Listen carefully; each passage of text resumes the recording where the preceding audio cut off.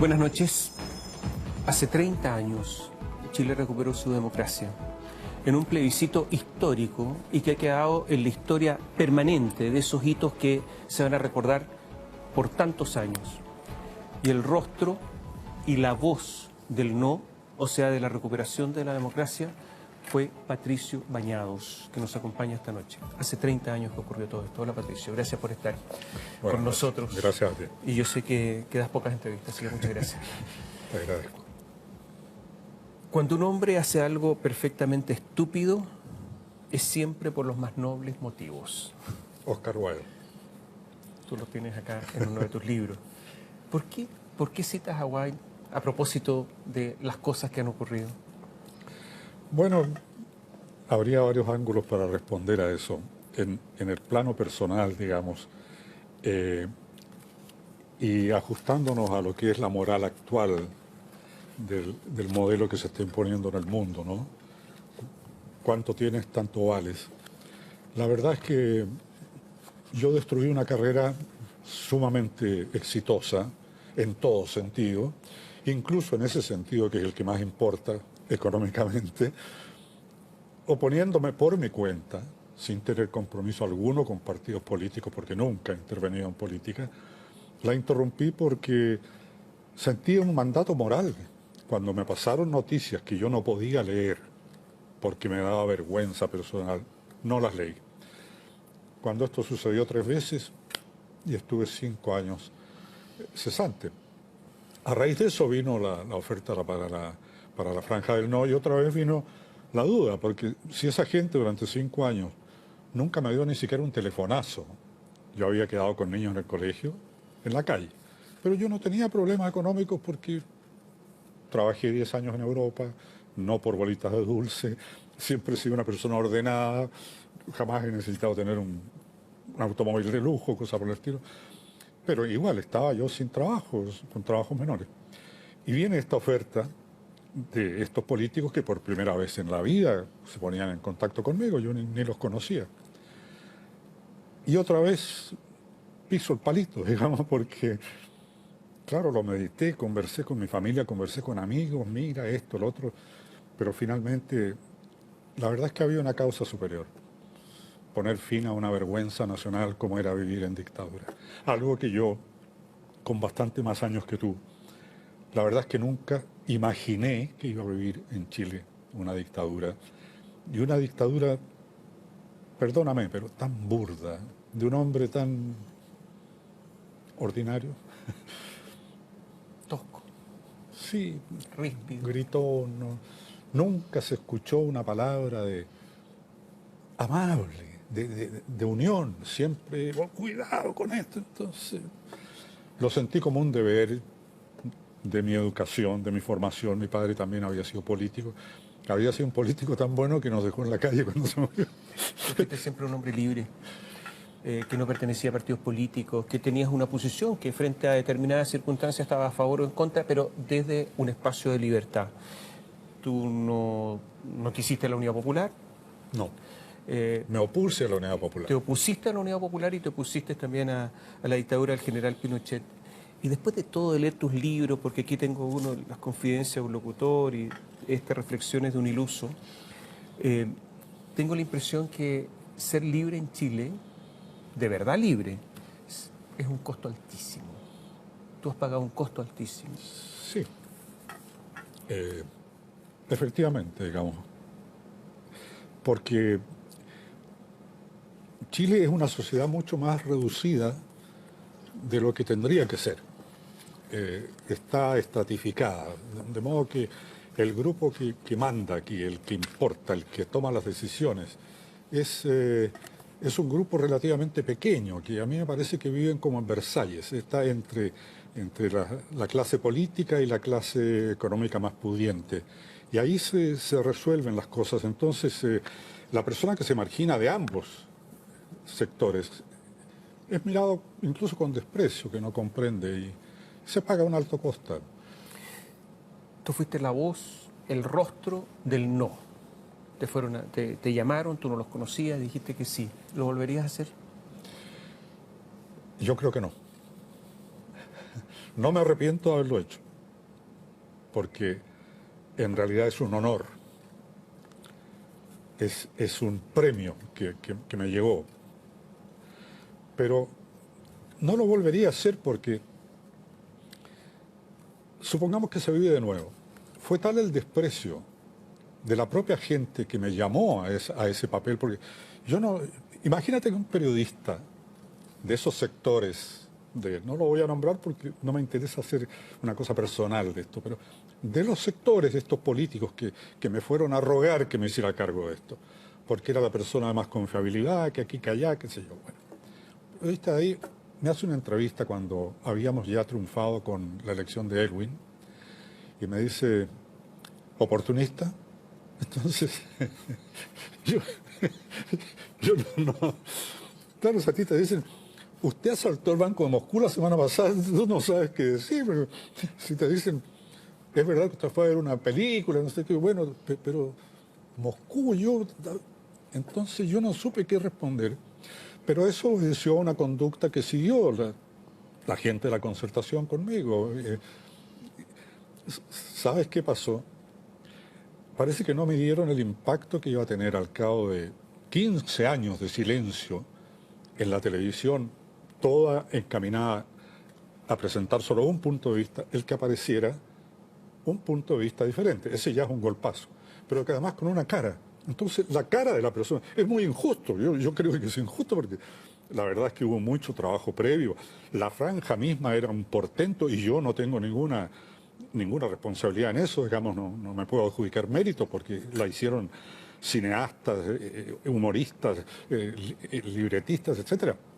Yo solo la presenté, pero claro, fue la cara que vio la gente. Entonces alcanzó una proyección por cadena nacional durante un mes, todas las noches, por primera vez en 15 años. Entonces alcanzó una proyección esta que yo no busqué y parece que provocó mucho escozor en mucha gente, desde luego en gente de muy arriba, que me contaron una cosa muy divertida.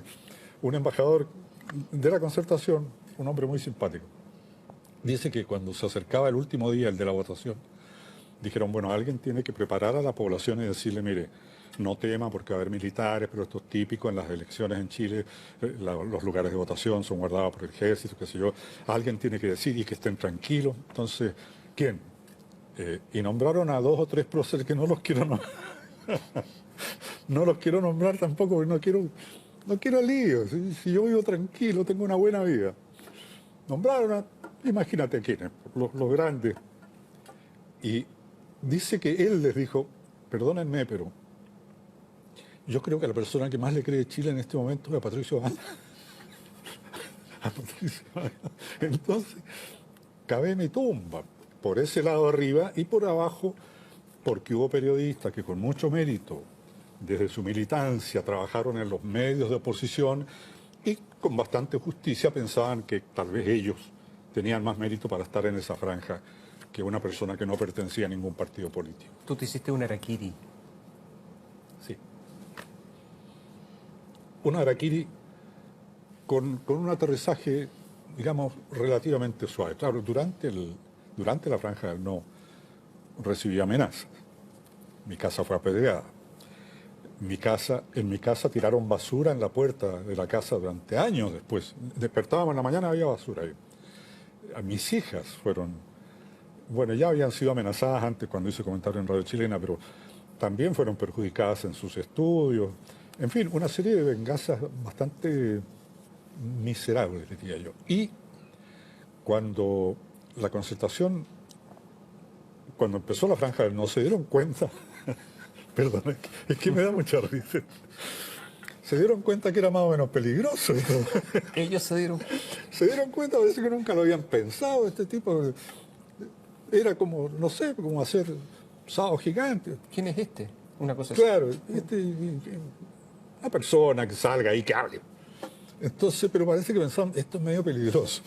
Entonces me pusieron una compañía de taxis para que me anduviera trayendo, que era muy peligroso que yo anduviera en mi auto solo, porque en cualquier momento me hacían una encerrona, no me iban a matar, pero podían interrumpir mi presencia en la franja. En fin. Entonces andaba yo en el taxi para ir. Y me pasa a buscar un día un un chofer con la cara muy brillosa, muy moreno. No sé si tú te has fijado en los boxeadores, gente así se le pone muy brillosa la cara, parece debilitada Sí, sí. la epidermis por los golpes. Y cuando vamos rumbo al lugar donde se hacía la franja, de repente me dice, yo ya sentado atrás, ustedes, los de la tele, se sienten muy seguros, ¿no? Entonces, dije, mire, uno hace lo que tiene que hacer nomás. Mirando, quién sabe si usted pensaría lo mismo con una media docena de tipos machucándolo un rato. Y se me ocurrieron algunas respuestas así ácidas y mordaces, pero preferí. No le dije nada. Te quedaste callado. Me quedé callado, hermano. Pero tú tuviste algunas cosas más graves. Porque en algún momento intentaron atropellarte. Ah, o sea, sí. O sea, cosas graves pasaron. Sí. Una vez, claro, fue porque salté a la vereda y el auto se estrelló al lado.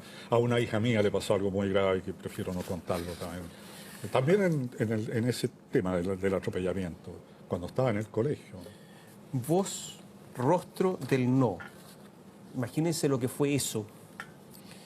Pero resulta que el año y medio que siguió al triunfo del no, fui expulsado de los pocos trabajos que tenía, excepto de la radio Beethoven. Te voy a preguntar de eso después de la pausa. Volvemos en un instante.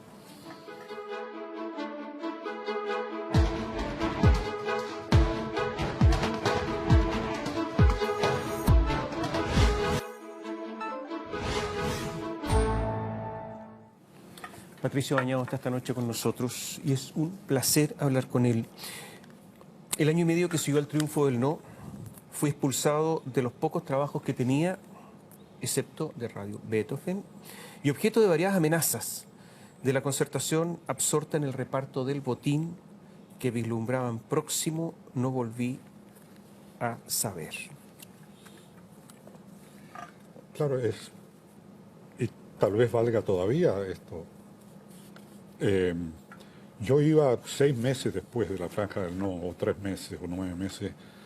Iba al médico, por ejemplo, el médico me decía, ¿y la política? ¿Cómo está? Y yo, ¿qué política? Yo nunca me he metido en política. Solamente soy un ciudadano responsable. Que yo creo que también es un error, porque para ese Versalles dirigente que hay en el país, ese núcleo formado por el poder económico y el poder político, en realidad ser un ciudadano consiste en ir a votar cada tanto tiempo, pero que no se me mete en otras cosas porque usted no. Así que yo rompí esa norma y no supe más de nadie hasta cuando llegó la elección de Elwin al cabo de un año. Y de nuevo la llamada. Sí, porque ahí una vez, una semana había bajado un poquito Elwin y había subido un poquito Vigi. Y ahí se acordaron y me llamaron de nuevo. Hice la franja de Elwin, que por todo lo buena que la franja del no fue mala, pero era carrera corrida, ¿no? Pero era muy mala, ¿no? ¿Y quién llamó por Elwin? Yo creo que los mismos. Genaro Arriagada y toda esa gente, ¿no? Sí, y Sergio, mira, perdón, con los años los nombres se me escapan cada día Ya, más. pero Bueno, pero oye, los dirigentes. Oye, no sospechaba, claro, la gigantesca traición ya fraguada contra mí y todos los que de buena fe creyeron en lo que hacíamos noche a noche. ¿Hubo una traición entonces? Desde luego que sí, desde luego que sí. Yo comprendo perfectamente que llegar al poder después del plebiscito, con Pinochet todavía comandante en jefe del ejército, con una situación incierta hasta cierto punto también, porque no era, jamás se me ocurrió que al otro día había que salir a la calle con pancartas y banderas y ya cambió todo y cambiamos todo. No, había que tener mucha prudencia, ir paso a paso, ver qué se podía hacer o no. Estaban los senadores designados, en fin, todo eso lo comprendo perfectamente. Pero de ahí a perseguir a la gente que luchó contra la dictadura y abrazar y felicitar sobre todo a los que conservaron una prístina abstinencia. Yo soy comentarista, yo soy no sé qué, entonces yo no. En otras palabras, si están asesinando a una anciana en la esquina, tú miras y dices, bueno, pero mi trabajo es, yo soy pintor, ¿no? Yo creo que no es así. ¿Te decepcionaste demasiado rápido de los políticos? Te pregunto porque tú escribiste alguna vez, me acuerdo que en la época, está escrito en tu libro acá, reproducido, dice: 2 meses después del plebiscito, la democracia cristiana dio un incalificable espectáculo al enfrascarse en una guerra de zancadilla y descalificaciones que culminó con el Carmen Gate, incursión clandestina en sus oficinas, todo lo... ¿En ese momento ya estabas decepcionado? Bueno, es que fue como un golpazo, porque yo creí que estábamos todos en lo mismo, ¿no? Fíjate que Pinochet iba a continuar en el poder todavía un año. Se había ganado el no, pero 14 meses después venía la elección presidencial y empiezan a hacer, como lo digo en el libro, exactamente lo que Pinochet llevaba no sé cuánto tiempo predicando. Estos políticos ambiciosos que lo que buscan es esto. Justamente se estaban peleando la presidencia. En octubre, o sea, en noviembre, un mes después del plebiscito del no. ¿Te Entonces, decepcionaste? es para no creerlo esto. Entonces,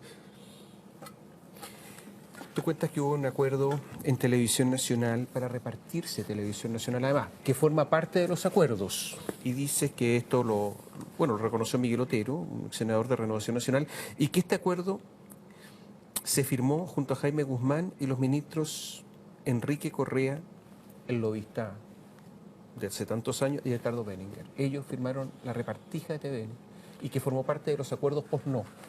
sí, esos son datos que yo obtuve, no sé si de un libro de quien fue presidente del Colegio de Periodistas, que tengo otros datos ahí bien interesantes, cuando el embajador norteamericano dice en un cóctel que como había habido unas grandes manifestaciones, esos que hubo varias hacia el final del régimen, dijo Estados Unidos no puede tolerar otra Cuba.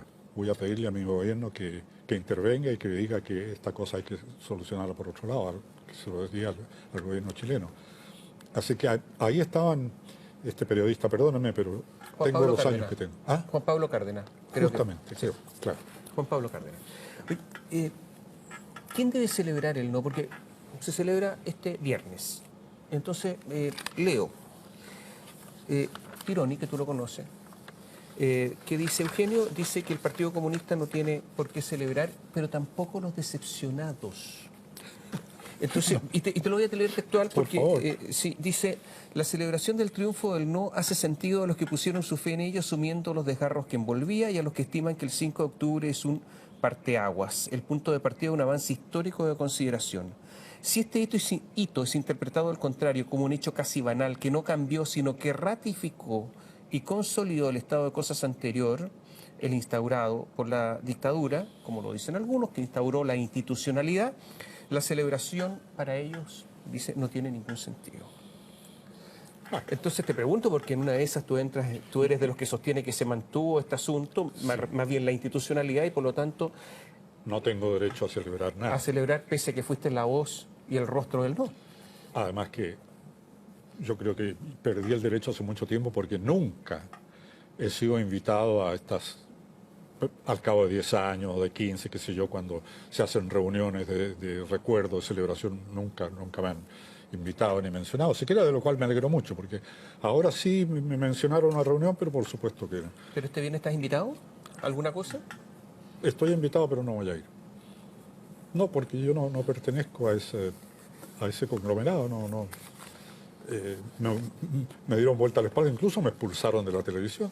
En alguna oportunidad tú dijiste que en el plebiscito del 88 ganó el sí. Sí, ahí me puse un poco duro, porque si se conservó el modelo, mira, la derecha le propuso a los militares algo que ellos entienden perfectamente, que hay dos tipos de militares y por lo tanto dos tipos de ciudadanos. Están los clases, que son los soldados, sargentos, cabos y los soldados rasos y los conscriptos, y los oficiales, que son quienes van a la escuela militar y van ascendiendo, teniente, capitán, mayor, comandante. Entonces, la sociedad está dividida así, los oficiales y los clases. Entonces, lo entendieron perfectamente, fue lo que le propuso la derecha, y esta sociedad está dividida así. Está la gente que cuenta, que maneja una serie de negocios, de oportunidades, y hay todos los clases abajo. Ahí, ¿Tú eres un clase? no, yo no soy un clase en el sentido económico, afortunadamente, Pero en términos de poder, pero de en influencia. términos de poder y de capacidad de intervenir en algo, absolutamente, claro. No hay, no escribo en ninguna parte, no tengo, aparte de que, perdona, tengo que decirte que a estas alturas no lo deseo tampoco, ya estoy muy ancianito y lo que quiero es mi pequeño chal en las piernas. ¿Qué te parece que el gobierno vaya a conmemorar el no en la moneda, el gobierno de derecha? Bueno, mira, pasan tantas cosas. Casi toda la gente que está en los ministerios, si tenían edad en esa época, votaron por el sí. Votaron por el sí. Y fueron partidarios del sí durante todos los años de la dictadura y desempeñaron diversos cargos. Bueno, esa es la verdad con que hemos tenido que vivir. Y, por favor, jamás he pensado que, salvo los que cometieron crímenes, es otra cosa, jamás he pensado yo que habría que perseguir gente. No. Cada uno es dueño de sus pecados, digamos. Pero se ha descafeinado el asunto del no, en el sentido que con el correr de los años era posible votar sí, no, y quedaba un poco lo mismo, que era un problema como de opciones, Claro. una cosa así. Claro, era entre dos posibilidades, porque... ¿Te imaginaste alguna vez que eso podía ocurrir? No, que se iba a adoptar tan exactamente la política económica, social, impuesta por la dictadura, pero adoptarla intacta, prácticamente. ¿Qué cambio sustantivo hubo de apreciación de lo que es una sociedad? ¿Dónde están los otros valores de la sociedad? De la amistad, de apreciar la naturaleza, del comportamiento diario, la comprensión de que el espacio público es un espacio común, no es un espacio que no pertenece a nadie, es un espacio que nos pertenece a todos. No, aquí es cada uno por su cuenta, eso es lo que vale. Tú hablas de tradiciones.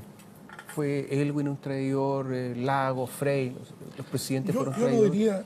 no diría la palabra traidor porque es muy fuerte, pero yo creo que se adaptaron demasiado rápidamente a las condiciones que veían sin arriesgar en absoluto, ¿no? Y yo no creo que hubiese que arriesgar mucho, pero sencillamente esto es lo que hay, vamos adelante, y sucede inevitablemente que cuando tú no actúas de acuerdo a tu pensamiento, terminas pensando de acuerdo a cómo vives, porque es inevitable. Estás funcionando en esa frecuencia. Estos son los problemas que tú tienes. Sobre eso estás pensando, eso es lo que estás tratando de arreglar. Y no un problema que te resulta ajeno. A esta altura, en estos últimos días, hay toda una polémica acerca de si el Partido Comunista tiene derecho a celebrar el triunfo del no, porque algunos dicen, bueno, pero no quiso estar en el plebiscito, no creía en el plebiscito, no creía en ti, que llamabas a votar que no. Y otros dicen, bueno, pero sí ese es el partido que no estuvo tan de acuerdo en mantener las políticas de Pinochet y desde ese punto de vista podría tener alguna razón. ¿Qué crees tú? Todos estamos hechos de luces y de sombras. Yo mismo, hasta unos 3 meses antes del plebiscito, pensaba que era un disparate inscribirse y participar en otra farsa de la dictadura como había sido un par de votaciones anteriores. La Constitución, sin ir más lejos, que me significó echarme la tela entre paréntesis. Bueno, pero yo creo que el Partido Comunista tiene perfecto derecho a celebrar el triunfo del no, porque fueron opositores a Pinochet, tienen derecho a expresar su opinión y por supuesto que tienen que haberse alegrado de que terminara la dictadura, que terminaran los crímenes, la tortura, todo eso. Pero dices tú que tú no crees para nada en las políticas del PC, digamos, como ideología. Como ideología, no. O sea, lo que yo comprendo es que en un país con la estructura social de Chile es legítimo querer que haya un cierto cambio estructural, porque esta diferencia que hay entre los que tienen y los que no tienen en este país, que es una vergüenza, nunca nos va a dar paz social, si es una cosa de lo que deseamos para vivir. Y yo por lo menos lo que me gusta es vivir bien. Patricio, para terminar, ¿qué vas a hacer el día viernes? ¿Perdón? ¿Qué vas a hacer el día viernes? Bueno, me toca trabajar en la radio, así que 64 años en radio, ¿no? 64 años en radio, sí. ¿Vas a trabajar, pero algo especial? No voy a ir a la radio Beethoven, me tocará algún concierto de Beethoven o alguna sinfonía, ojalá la pastoral, que me encanta, y agrego de vez en cuando un comentario, pero yo voy a grabar, así es que no es que esté al aire ese día. Y se me pasó, en las grabaciones anteriores se me pasó que era el 5 de octubre. Igual no habría dicho nada, porque ¿para qué seguir con este asunto? El país es de esperar que despierte al hecho de que con una gran diferencia entre los que tienen y los que no tienen no vamos a tener nunca una sociedad verdaderamente desarrollada, porque eso sí que es populismo. Cuando dicen, estamos a $1000 de ser una sociedad desarrollada. Si una sociedad desarrollada no, con $50.000 de ingreso per cápita, una sociedad salvaje que se andan acuchillando en las calles, eso no es una sociedad desarrollada. Entonces, que se entienda eso nomás. Para ti va a ser un día más. Sí, el 5 va a ser un día más. Gracias, Patricio. Gracias por estar con nosotros. Gracias, oye, espero no haber lateado demasiado. Muchas gracias. Gracias. Un gran testimonio. Y a ustedes, muchas gracias. Patricio Bañado, voz, rostro del no. Se celebran los 30 años el próximo viernes. Buenas noches.